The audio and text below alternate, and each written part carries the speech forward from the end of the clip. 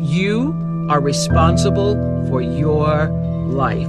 And if you're sitting around waiting on somebody to save you, to fix you, to even help you, you are wasting your time, because only you have the power to take responsibility to move your life forward.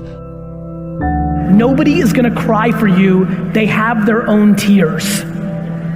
One thing I'm positive about is how ROI negative complaining is and how much I'm trying to suffocate the practice of it. I really have been fascinated by people that have changed their mindset into understanding that everything that is not going well right now is their fault. It has been remarkably important to me in understanding that everything that I'm not happy about is on me. It's a remarkably interesting brain twist. The amount of energy spent on things that you can't control versus being accountable to what you can control has been a huge separator for me in the last 4 or 5 years as I've dug deep. I always tell people the most valuable lesson I got from my mentor, Jim Rohn, was I asked my father, worked 2 jobs. We were always broke. We had no money for food. And we lived in a community we moved to, which was, I thought they were all rich and we were on the other side of the tracks. It was lower middle class, but compared to where we lived before, these people seem rich compared to us. And I just didn't understand it. And Jim said to me, Tony, it's not about the value of your soul, it's about the value of you in the marketplace. And your father's skills are not that valuable. Someone said we have 2 primary choices in life. We can either accept conditions as they exist, or we can take the responsibility to change them. See, a lot of people want to exempt themselves from taking responsibility. All they want to do is talk about the problem. Every time you see them, they'll tell you their story over and over and over and over again. No one's going to do anything for you. A couple rules of being a real leader. You need to take responsibility for your own life. Bringing energy to your team, leading in recruiting, leading in leadership, leading in growth. Nobody owes you anything, but you owe other people everything. That's what a leader does. You take responsibility. You know exactly right now what you're not doing. It would be criminal of you to leave here and say, I don't know what to do. You know exactly what you're afraid of. You know exactly what you've been avoiding, and you got to make a decision to change it. You know exactly what it is. Don't BS anybody. You know what you need to do different. You know the changes you need to make. And if you can do that, you stop kidding yourself, you can win. You can overcome your fear, overcome procrastination, whatever that is. I say to people, you got to participate in your own rescue. You've got to retool yourself. There are no skill sets in community colleges today, for the most part, that are going to prepare you for the economy or a job that's there. So what is that going to do? You're just going to waste more money, more time. We need to retool ourselves. The government's not going to do it for you. And even when you're struggling, even when you're discouraged, and you feel like other people have given up on you, don't ever give up on yourself. Right now, between me and the person I want to be, between you and the person you want to be, there is a gap of skill set, and that's it.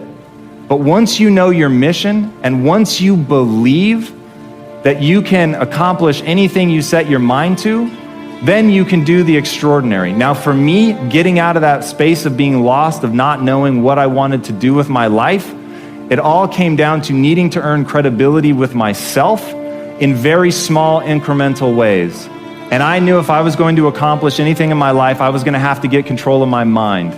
Now ironically, there's 2 ways to get control of your mind. Way number 1 is directly going to the mind, which can be very scary, can be very daunting, very ethereal. It's ephemeral, it's hard to grab onto, it's hard to touch. But way number 2 is through the body. And so I decided that my kung fu was going to be to get very good at developing my body. And in that process, I was going to learn about nutrition, which would allow me to help my mom and my sister. In that process, I was going to earn credibility with myself. And earning credibility with yourself is so important. Do it in micro ways. For me, just showing up to the gym every day was a micro victory. I said I was going to do it, and I did it. Now you have to understand, I hate working out. So for all of you crazy people that get an endorphin rush from running, I hate you all.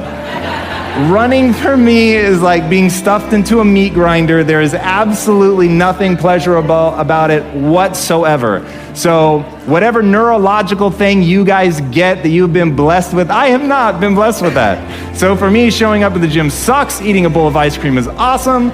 And so getting to a better place for me was a totally different journey. Thank you. And what that was just showing up every day and putting in the work. It was reading about human metabolism and understanding how what I eat impacts my body. It was earning a little bit of discipline every day, knowing that, well, I did it yesterday, I can do it again today. It was not eating something that I wanted to eat. And most importantly, and if you're taking notes, write this down, it was about changing my identity. Because at the end of the day, identity and values drive behavior. Identity and values drive behavior. So if you want to make a change, you have to change your vision of who you are. You have to begin telling yourself a different narrative. And the narrative you tell yourself about yourself is everything. And if you tell yourself that you're a scared, undereducated kid from Tacoma whose family has never accomplished anything, let me tell you what you will become. A scared, undereducated kid from Tacoma who never accomplishes anything, because that's what you believe. You tell yourself that story enough, and it will become real.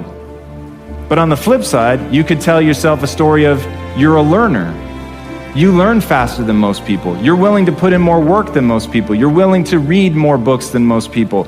You're willing to spend an inhuman amount of time every day improving your mind simply by getting new ideas into the system. And that you will admit that you're wrong faster than anybody else, that you won't let your ego get in the way. And you tell yourself that story over and over and over. So when somebody comes and tells you how stupid you are, that you're just a dumb kid from Tacoma, you go, you're right, that's amazing. Thank you for pointing out that flaw, because now that I'm aware of it, I can improve it because I'm the learner. And once I switched my narrative to being the learner, it didn't matter where I started, it only mattered where I was trying to go. And as long as I had that clarity, then I could execute, because I believed I could do anything I set my mind to without limitation. You don't need a better economy. You don't need better seed and soil. In fact, when it comes to seed and soil and rain and sunshine and seasons and the miracle of life, that's all you got. Now, what if you blame this stuff? Then you're blaming all you got.